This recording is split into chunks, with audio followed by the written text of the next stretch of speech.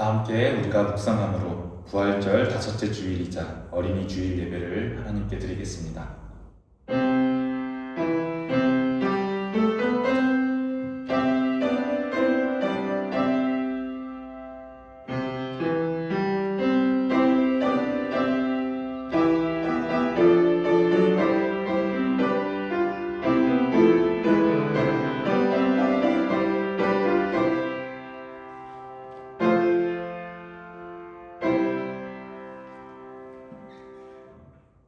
하나님 아버지, 5월의 첫 주일 부활의 기쁨 속에서 우리를 예배의 자리로 불러주시니 감사합니다. 죽음을 이기신 주님의 생명이 오늘 모인 우리 본향교회 성도들의 심령마다 가득하게 하옵소서. 가정의 달을 시작하며 어린이 주일로 모였습니다. 우리에게 맡겨주신 어린이들을 주님의 사랑으로 축복하고 각 가정이 주님의 평강으로 든든히 세워지는 은혜의 가정의 달 되게 하옵소서. 이 시간 성령의 임재를 간구합니다. 우리의 굽어버린 시선을 들어서 주님을 바라보게 하시고 오늘 선포되는 말씀을 통해 우리의 영혼이 회복되는 거룩한 산 제사의 시간이 되게 하옵소서. 우리의 생명 되시는 예수 그리스도의 이름으로 기원하옵나이다. 아멘. 다 함께 일어나서 송영 찬양 찬송가 3장 찬송하겠습니다.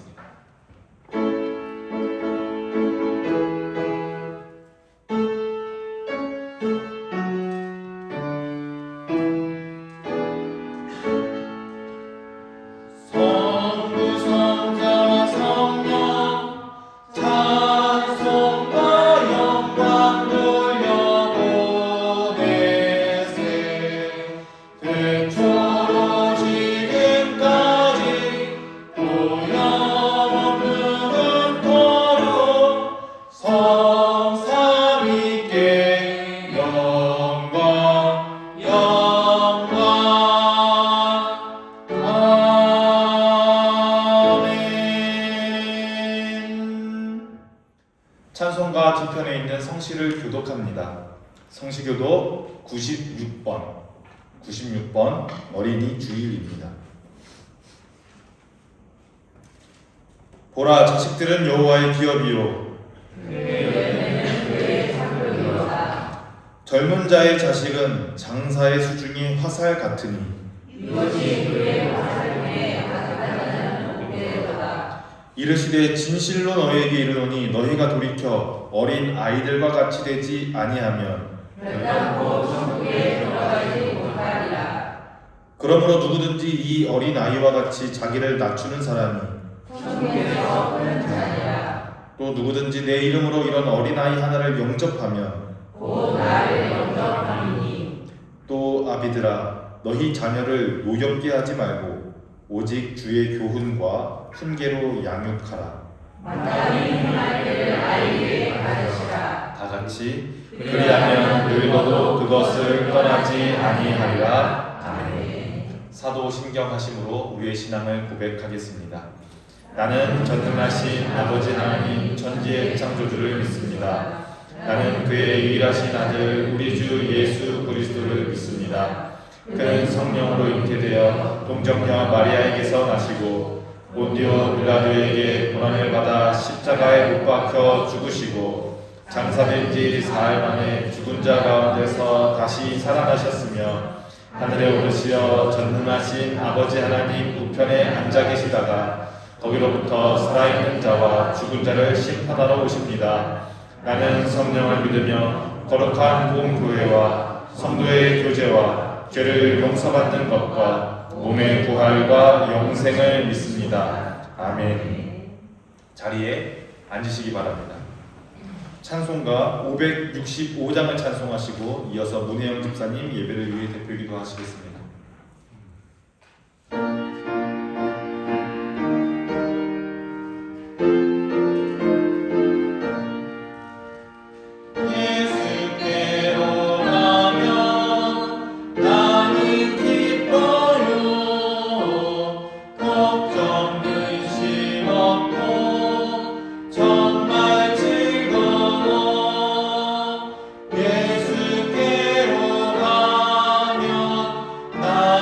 기뻐요.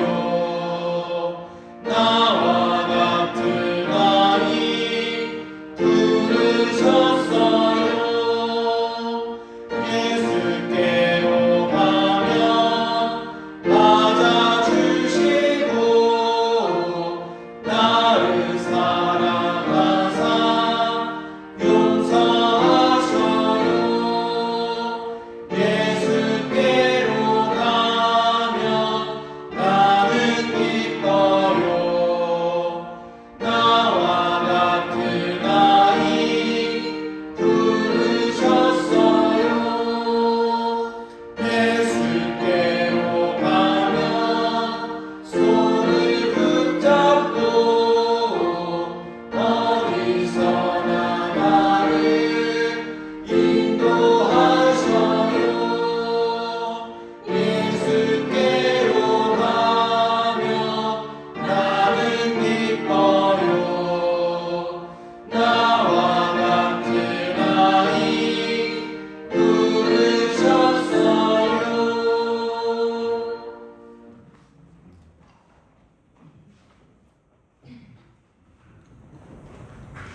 사랑과 은혜가 풍성하신 하나님 아버지, 오늘 이 귀한 예배를 위해 성도들이 모여 예배드릴 수 있음과 또 따뜻한 봄의 기운 속에서 새 생명이 옮기듯 우리의 믿음도 새롭게 하심에 감사드립니다. 오늘 어린이 주일을 맞아 주님의 사랑으로 자라는 모든 어린이들을 축복하시고 또 언제나 주님을 향한 순수한 믿음을 가지고 성장하여 이 나라와 교회의 소망이 되게 하옵소서. 또 교회 이전을 통해서는 어린이 예배가 더욱 부흥되게 하시고 다음 세대의 기둥이 될 어린이들을 교회와 가정에서 바르게 양육하게 하시고 또 밝고 건강하게 자라기를 원합니다. 드려지는 예배를 위해 기도합니다. 말씀을 전하시는 목사님께 성령의 지혜와 능력을 더하여 듣는 성도들의 마음에 깊은 울림이 전해지게 하시고 또 찬양과 반주로 영광 돌리는 찬양대를 축복하여 주옵소서. 이 모든 말씀 살아계신 예수 그리스도의 이름으로 기도드립니다.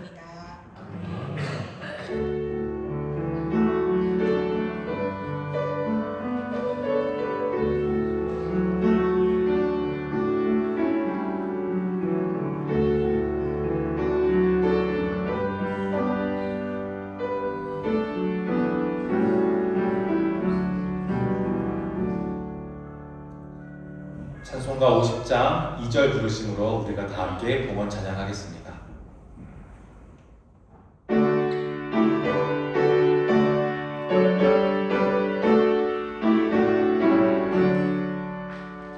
내게 있는 모든 것을 겸손하게 드리네.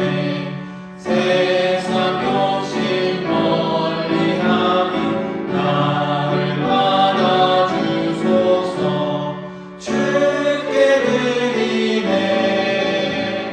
주께 드리네. 사랑하는 구주 앞에 모두 드리네. 아멘.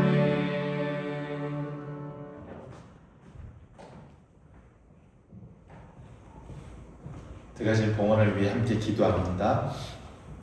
하나님 아버지, 기쁨의 50일 가운데 저희를 본향교회의 거룩한 예배자로 불러주셔서 감사합니다.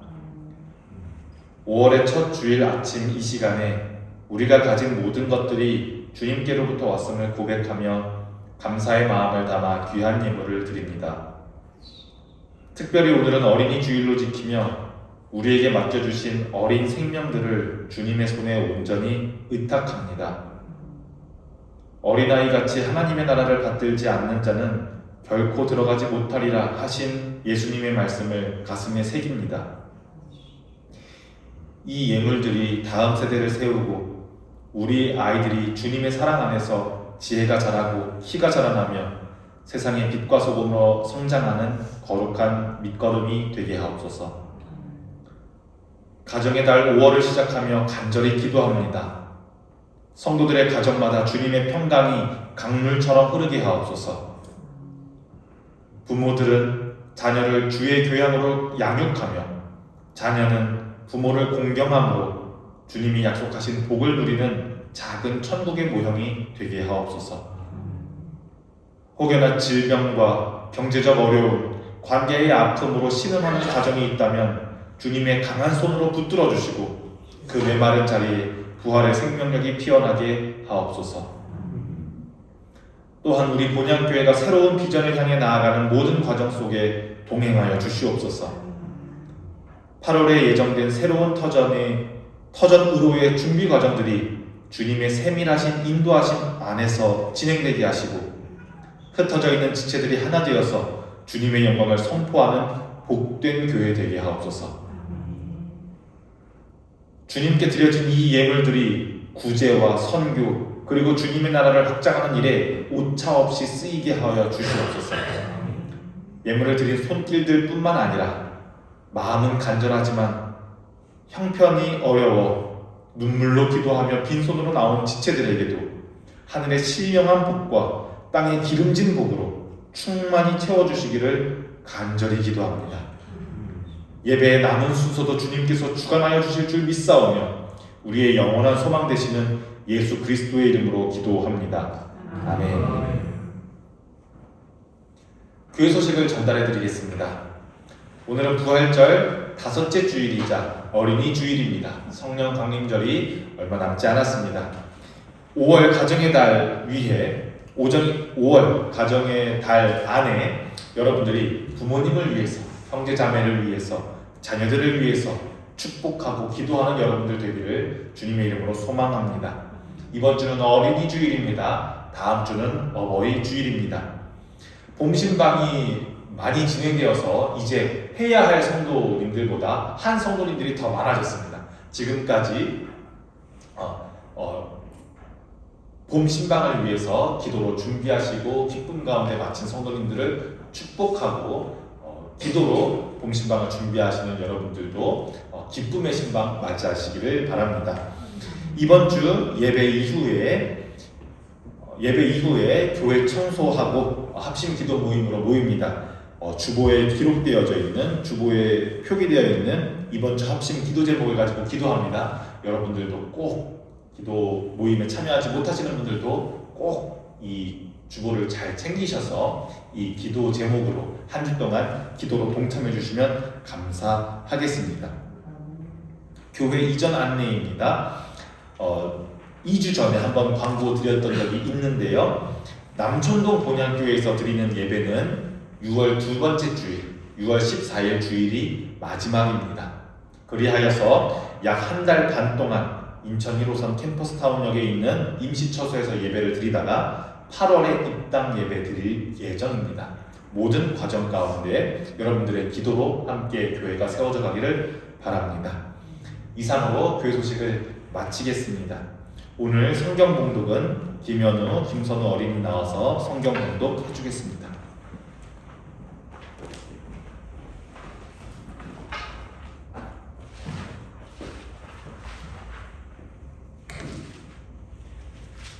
오늘 하나님께서 우리에게 주시는 말씀은 신약 성경에 있는 마가복음 10장 13절부터 16절까지 말씀입니다. 신약 71쪽에 있습니다. 지금부터 하나님의 말씀을 봉독합니다. 여러분들에게 하시는 하나님의 말씀을 경청하시길 바랍니다. 이것은 하나님의 말씀입니다. 사람들이 예수께서 만나주심을 바라고 어린아이들을 데리고 오매 제자들이 꾸짖거늘 예수께서 보시고 노하시어 이르시되 어린아이들이 내게 오는 것을 용납하고 금하지 말라. 하나님의 나라가 이런 자의 것이니라. 내가 진실로 너희에게 이르노니 누구든지 하나님의 나라를 어린 아이와 같이 받들지 않는 자는 결단코 그곳에 들어가지 못하리라 하시고 그 어린 아이들을 안고 그들 위에 안수하시고 축복하십니다. 아멘. 감사합니다. 우리가 너무 잘해가지고 행복입니다.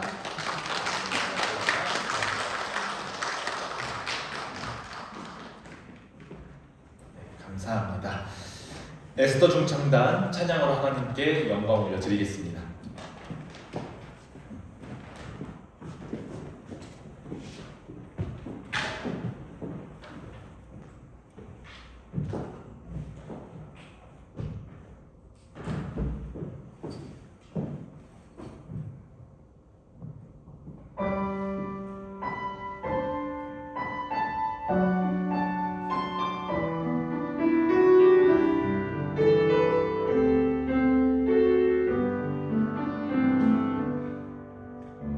나의 사랑 나의 생명 나의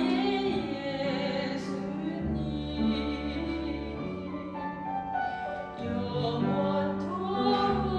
영원토록 정성 나의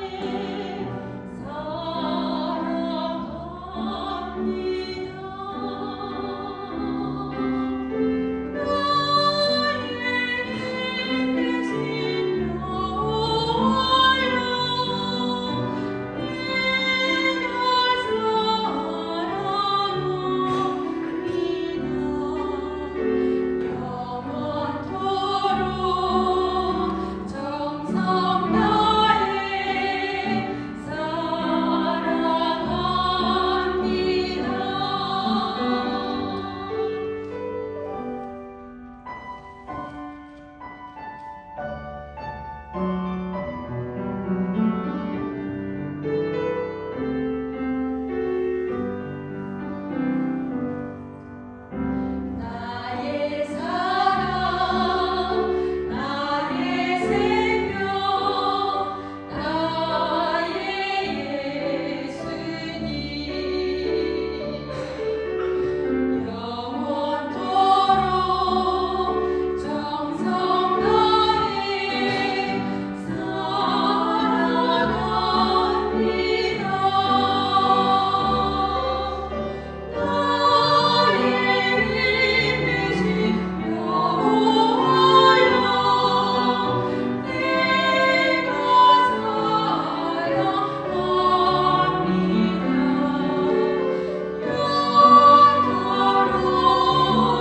정성 나의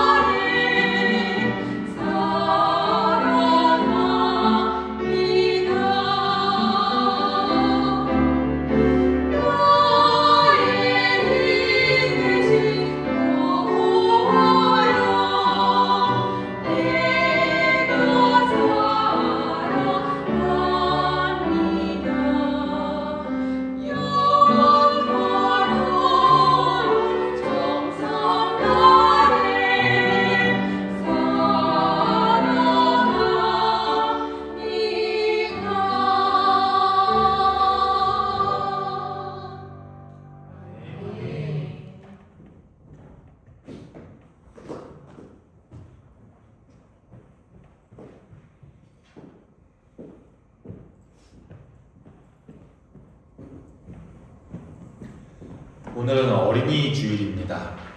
우리 매주 우리 교회 두 어린이 김현우 어린이, 김선우 어린이와 함께 예배드리고 있는데요. 여러분들은 이 어린이들을 보면 어떤 생각이 드십니까? 어린이들이 가지고 있는 밝은 웃음. 어린이들은 밝게 잘 웃고요. 뭐만 봐도 까르르 까르르 웃고요. 어린이들의 때묻지 않은, 그렇죠. 우리 어린이들은 때묻지 않은 순수함이 있죠. 우리는 벌써 다 때가 묻어버렸지만요. 그리고 아이들의 미래에는 한계가 있어요, 없어요? 없죠. 무궁무진한 가능성을 가지고 있습니다. 창창한 미래요. 무한한 가능성이 어린이들에게는 있습니다. 그래서 연우와 선우는 본향교회 다음 세대의 공동체의 미래와도 같습니다. 오늘 두 어린이가 하나님의 말씀을 앞에 나와서 씩씩하게 받들어서 이렇게 대표해서 봉독하는 모습을 보니 참 대견하고 멋졌습니다. 아마 여러분들도 하나님의 말씀을 들으시면서 묘하게 흐뭇한 미소를 지으셨을 거예요. 그런데 이상하게도 오늘 성경 속 이야기 안에서는 우리처럼 아이고 잘하네, 흐뭇하다 그래, 너희들이 미래다, 너희들이 순수하다, 너희들이 가능성이 무궁무진하다, 이렇게 생각하는 것이 아니라, 오늘 성경 이야기에서는 반대로 예수님과 제자들은 어린이들을 대하는 태도가 지금 여기에 있는 우리와는 사뭇 다른 반대되는 모습을 우리가 볼 수 있었습니다. 아이들을 데리고 오는 어른들을 향해 제자들은 꾸짖었다라고 기록되어 있어요. 제자들이 왜 그랬을까요? 성경을 아무리 읽어봐도 불친절하게도 성경은 왜 제자들이 예수님에게 어린이들이 오는 것을 불편해했는지, 왜 어린이들을 데리고 온 사람들을 꾸짖었는지 잘 나와 있나요? 아니요, 안 나왔어요. 친절하게 알려주고 있지는 않아요. 왜 막았는지 모르겠어요. 그래서 우리는 나름대로 추측하게 됩니다. 예수님께서 설교하고 계시는데 어린이들은 정숙해서 40분, 50분 앉아있을 수 있는 아이들이에요? 아니요, 어린이들은 그렇게 못해요. 예수님께서 설교하시는데 어린이들이 돌아다니거나 떠들거나 하면 설교가 잘 들리지 않기 때문에 어린이들을 막았던 걸까? 아니면 예수님께서 가르치시는 이야기가 가벼운 말씀을 나누시는 스몰 토크하는 자리가 아닌데 이 엄숙한 현장이 어린이들 때문에 소란스러워지기 때문에 막았던 걸까? 이런 식으로 우리는 추측할 수밖에 없습니다. 그런데 사실 그것은 우리가 가진 어린이에 대한 현대적인 인식과 2000년 전 당시 어린이에 대한 인식이 완전히 달라서 그렇습니다. 지금의 우리 어린이 연우와 선우는 순수하고 무한한 가능성을 품고 있고 우리 공동체의 미래와도 같지만 당시 어린이라고 하는 존재는 이런 존재는 아니었습니다. 여러분들의 이해를 돕기 위해 우리가 나이 들어간다는 것, 늙어가는 것에 대한 태도도 시대에 따라 변하고 있음을 보여드리고 싶은데요. 불과 수백 년 전만 해도, 몇백 년 전만 해도 마을에 머리가 하얗게 센 어르신은 그 마을의 지혜의 보고와도 같았습니다. 그분이 하신 경험이 곧 그 마을의 도서관과도 같았고 그분의 머릿속에 있는 정보들이 곧 마을의 역사책과도 같았습니다. 그리고 그분의 지혜, 그분의 판단이 곧 그 마을의 나침반과도 같았습니다. 사람들이 어른들을 공경하는 이유는 그 어르신이 가진 축적된 지혜와 그분이 가지고 계신 경험 때문이었습니다. 그런데 시대가 바뀌어가면서 나이 듦에 대한 인식도 바뀌어갔어요. 의학이 발달해서 수명이 80년, 90년, 100년 이렇게 늘기는 했지만 우리들에게 더 이상 나이 듦이라고 한다는 것은 지혜의 축적이 아니라 지식이 쌓여감이 아니라 경험의 풍부함이 아니라 우리들에게 나이 들면 뭐예요? 그저 주름이 늘어나는 거예요. 배 나오는 거예요. 발전하는 현대 문명에 못 따라가는 거예요. 스마트폰도 누군가에게는 큰 장벽이고 이제 음식집에서 주문하는 키오스크도 누군가에게는 나는 저거 못해. 현대 문명에 못 따라가는. 이제 나이 들어간다는 것은 우리에게 좋은 게 아니라 최대한 늦추고 싶고 기피하고 싶은 것이 되어버린 것이 현대의 나이 듦입니다. 오늘날 우리도 어르신들을 공경하지요. 그런데 그것은 그분이 가지고 있는 지혜 때문에 공경하는 게 아니라 그분이 가지고 계신 지식 때문에 경험 때문에 우러러보기 때문에 공경하는 것이 아니라 왜 공경하는 거예요? 약하시기 때문에 못하시기 때문에 공경해야 돼요. 보호받으셔야 할 약자이시기 때문에 공경하는 경우가 많았습니다. 그래서 노인에 대한 인식이 과거에는 경외의 대상이었다면 지금은 배려의 대상으로, 그렇죠, 보호하고 배려해야 할 대상으로 인식이 바뀐 거예요. 마찬가지로 지금부터 2000년 전 1세기의 제자들이 보기에 어린이라고 하는 존재는 지금 우리가 연우, 선우를 보는 것처럼 순수한 존재, 무한한 가능성을 품은 존재, 이런 존재가 아니었습니다. 1세기 유대 사회에서 어린이라고 하는 존재는 아직 정상적인 성인이 되지 못한 존재입니다. 율법을 지킬 능력도 없고 사회적 기여도 할 수 없는 무가치한 소유물에 불과했어요. 어린이들은 존재가 아니었습니다. 인격이 아니었습니다. 소유물이었습니다. 여러분, 오병이어 기적 이야기에 성인 남성의 수만 5,000명 계수하여 기록된 것을 보면 아마 잘 알 수 있을 겁니다. 에이, 목사님 그건 옛날이지, 우리는 안 그래요, 이렇게 생각하실 수 있는데요, 여러분 한번 상상해 보세요. 여러분들이 인생의 기한이 다 차서 이제 하나님의 부르심 소명을 받고 눈을 떠보니 천국이에요. 여러분 천국에 와 계세요. 그러면 여러분 몇 살 때의 여러분 모습으로 있을 것 같으세요? 초등학교 1학년 때 모습으로 있을 것 같으세요? 여러분들 서로 의견을 교환하진 않았지만, 우리가 서로 약속하진 않았지만, 묘하게도 여러분 5살, 6살 때의 여러분의 모습으로 천국에 있을 거라고 생각하지 않으실 거예요. 묘하게 여러분 80, 90의 모습으로 천국에 있을 거라고 생각하지 않으실 거예요. 여러분들은 자연스럽게 한 20대에서 40대 사이의 모습으로 천국에 있을 거라고 생각하시는 분들이 많을 거예요. 우리 안에도 이런 선입견들이 들어있어요. 정상적인 모습은 약 한 20대에서 40대 사이의 모습이 있고, 10대는 너무 어린 나이, 70, 80은 너무 늙은 나이로 생각하는 모습이 우리 안에도 사실은 가지고 있거든요.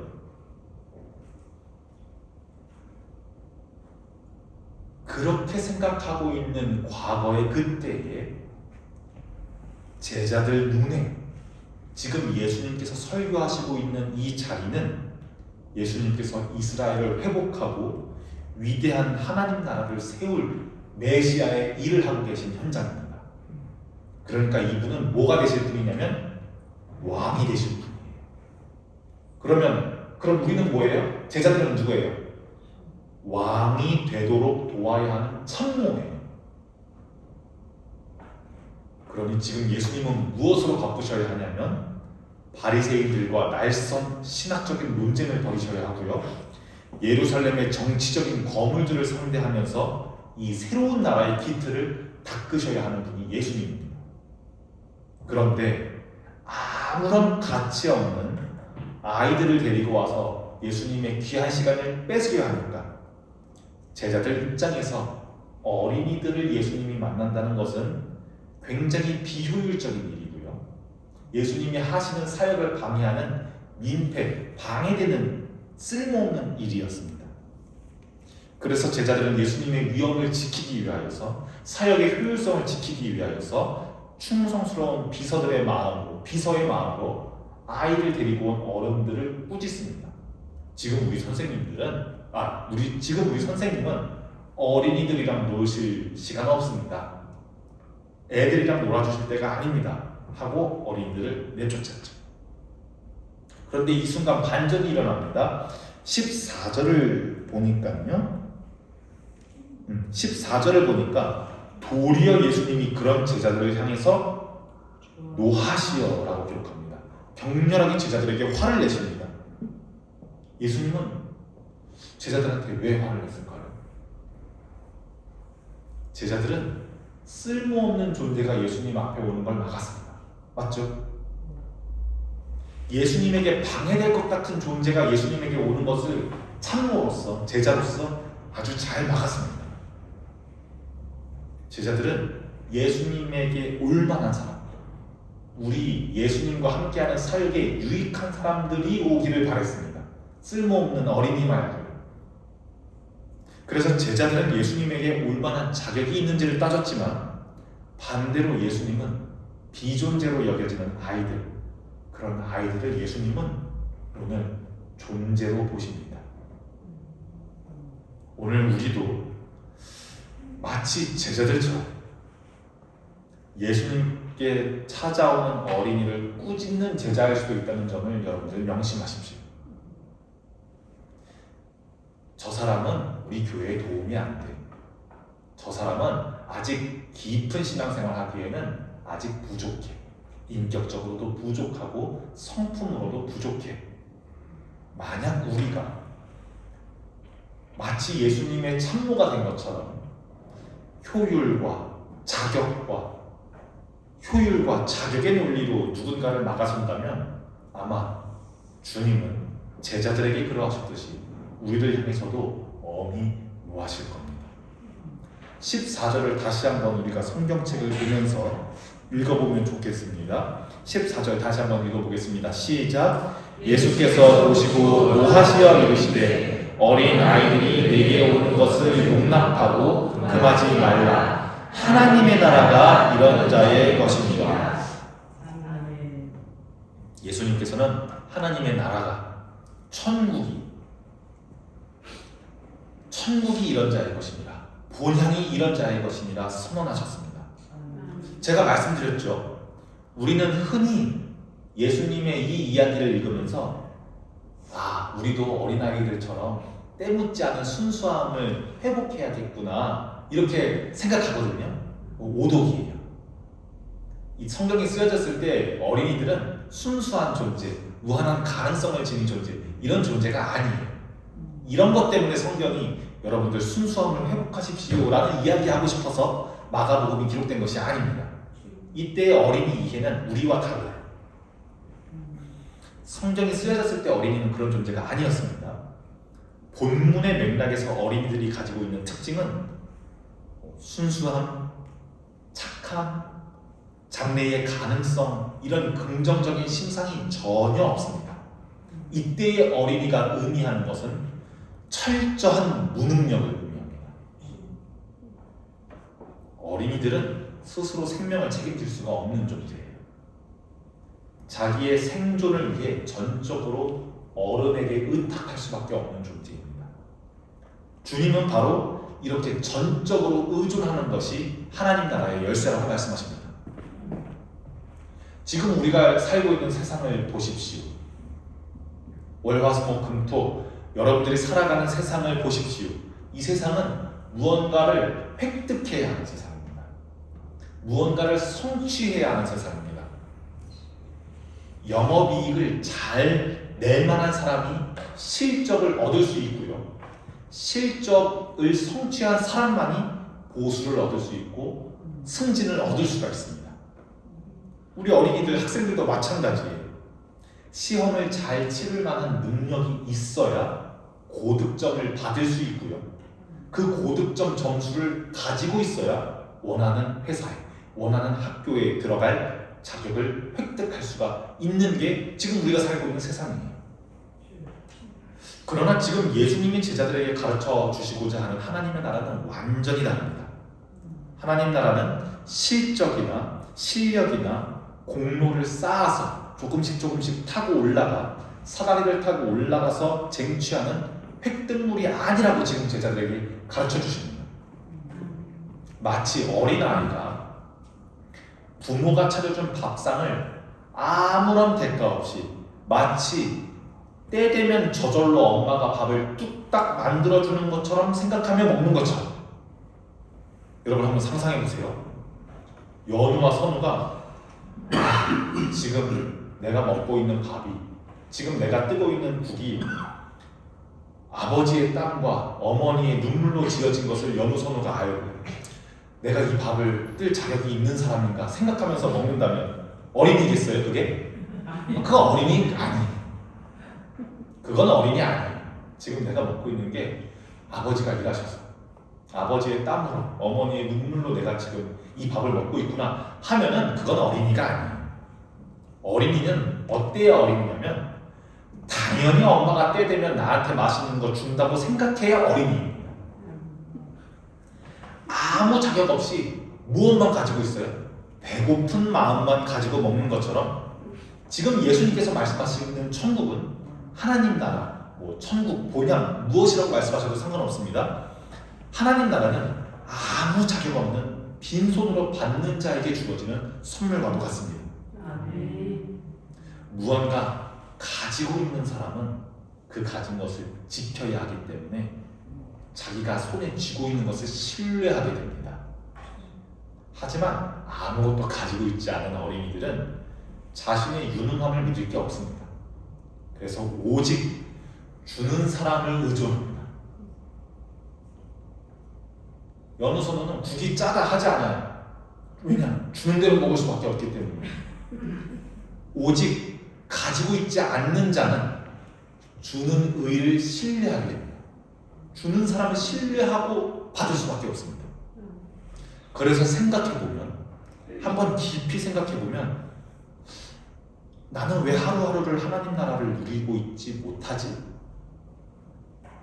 나는 왜 하루하루를 천국에 살고 있는 것처럼 살고 있지 못하지?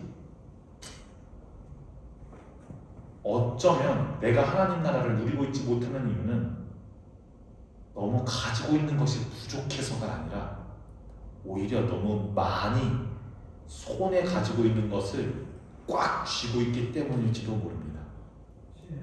그리하여 참된 신앙, 참된 하루하루를 천국으로 살아가는 사람은 내가 하는 것이 아니라 주님이 하시는 것에 나를 맡기는 것인 줄로 믿습니다. 사실 제가 오늘 본문 말씀을 13절에서 16절까지 일부러 끊었는데요. 오늘 본문은 사실 뒤에 있는 17절 이후에 나오는 17절 이후에 어떤 한 인물이 등장하는데요. 많은 재물을 가지고 선행과 자비를 잘 베풀었던, 율법을 잘 지켰던 청년 이야기가 나오게 됩니다.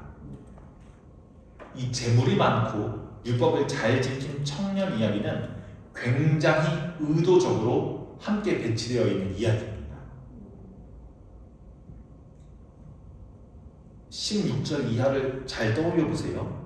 예수님께서는 아무 권리도 없고 자격도 없고 어린이들이 예수님 앞에 나아가야지 하면서 나가왔습니까? 부모라고 안 나와 있는데요. 부모라고 안 나와 있어요. 그저 어른들 손에 이끌려서 자기가 오고 싶어서 온 게 아니고 어른들 손에 이끌려서 온 아이들을 가슴 깊이 안아주시고 안수해 주시고 축복해 주셨어요. 자기가 오고 싶어서 온 것도 아니에요. 예수님 찾아가야지 해서 온 것도 아니에요. 그런데 이것과 정반대의 청년이 등장합니다. 누군가에 이끌려 온 것이 아니라 스스로 예수님을 찾고 예수님께 달려와서 예수님 앞에 무릎을 꿇은 청년이 17절 이후에 등장해요. 그리고 예수님께 묻죠. 주님, 제가 무엇을 해야 영생을 얻을 수가 있습니까? 스스로 구원받기를 원했고 또 구원을 청하고 구원받을 만한 자격과 실천을 모두 갖추었던 유능한 청년이 등장합니다. 오늘 한번 본문 말씀의 대조 이야기로 나오는 이 건장한 청년 이야기를 17절부터 22절까지 나오는데 저와 여러분들이 한번 교독하며 읽어봤으면 좋겠어요. 이 이야기가 앞의 이야기와 어떻게 다른지 생각하면서 읽어보시기를 바랍니다. 저와 교독하면서 읽어보겠습니다. 제가 먼저 읽겠습니다. 17절입니다. 예수께서 길에 나가실새 한 사람이 달려와서 꿇어 앉아 묻자오되 선한 선생님이여 내가 무엇을 하여야 영생을 얻으리이까? 예수께서 이르시되 네가 어찌하여 나를 선하라 하였느냐 하나님 한 분 외에는 선한 이가 없느니라. 예수님께서 계속 말씀하십니다. 내가 계명을 안 하니 살인하지 말라, 간음하지 말라, 도둑질하지 말라, 거짓 증언하지 말라, 속여 빼앗지 말라, 내 부모를 공경하라 하였느니라. 그가 여자오되 선생님이여 이것을 내가 어려서부터 하셨나이다. 예수께서 그를 보시고 사랑하사 이르시되 네게 아직도 한 가지 부족한 것이 있으니 가서 내게 있는 것을 다 팔아 가난한 자들에게 주라. 그리하면 하늘에서 보화가 내게 있으리라.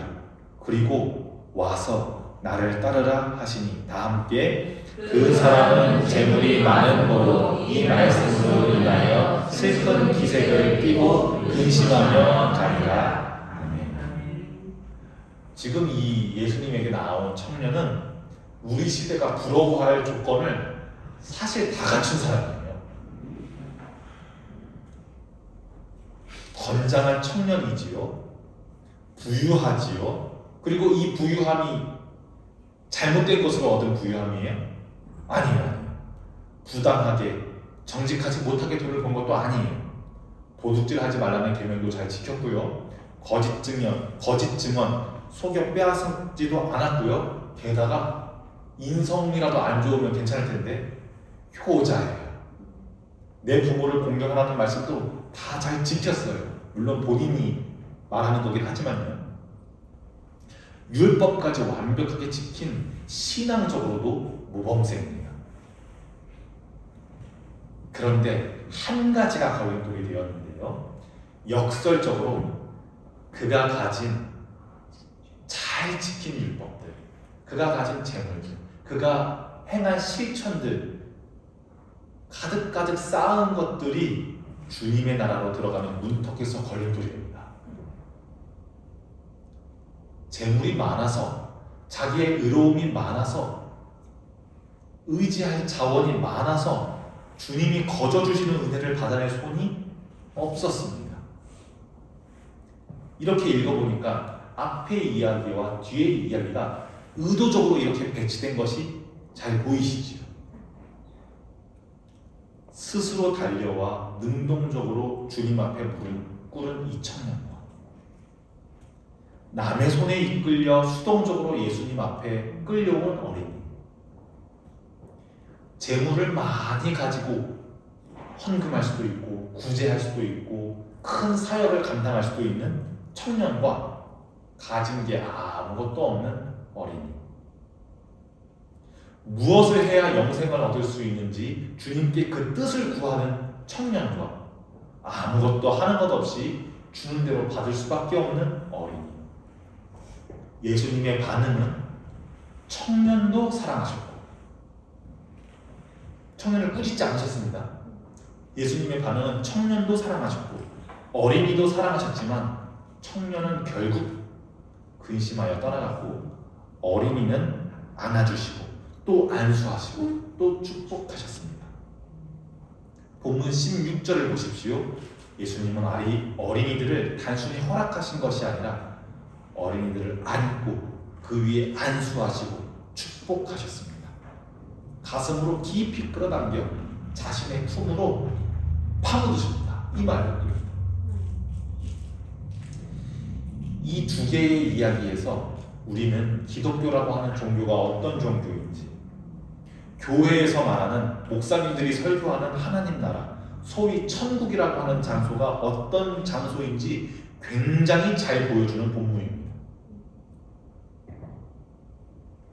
청년은 자기의 소유를 내려놓으라는 주님의 말씀 앞에 슬픈 기색을 띠고 근심하면서 이건 아닌 것 같은데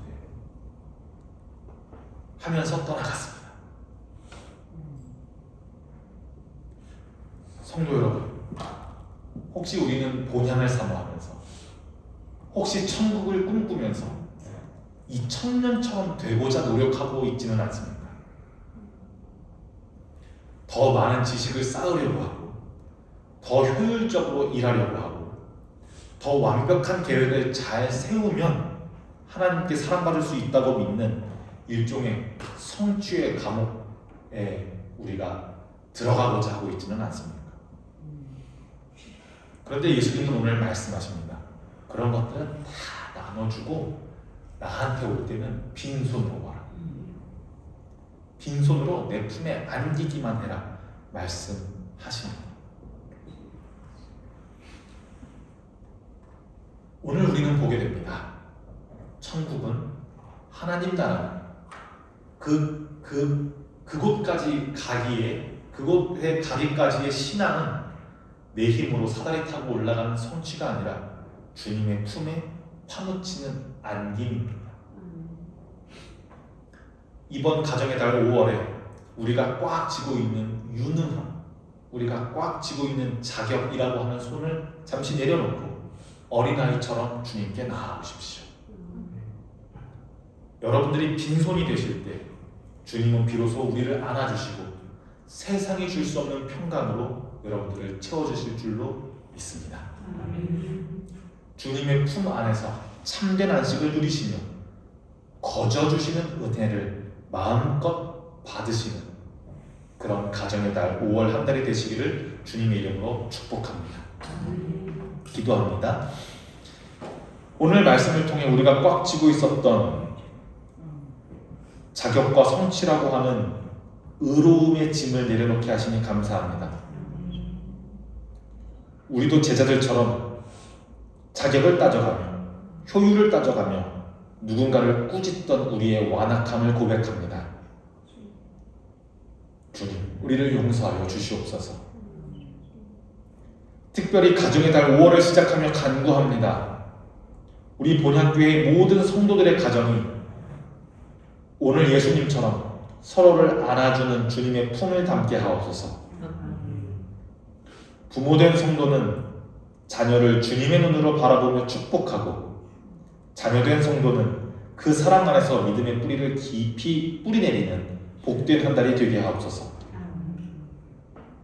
깨어진 가정의 관계가 있다면 주님 회복시키시고, 메마른 가정마다 부활의 기쁨과 웃음꽃이 피어나게 하옵소서.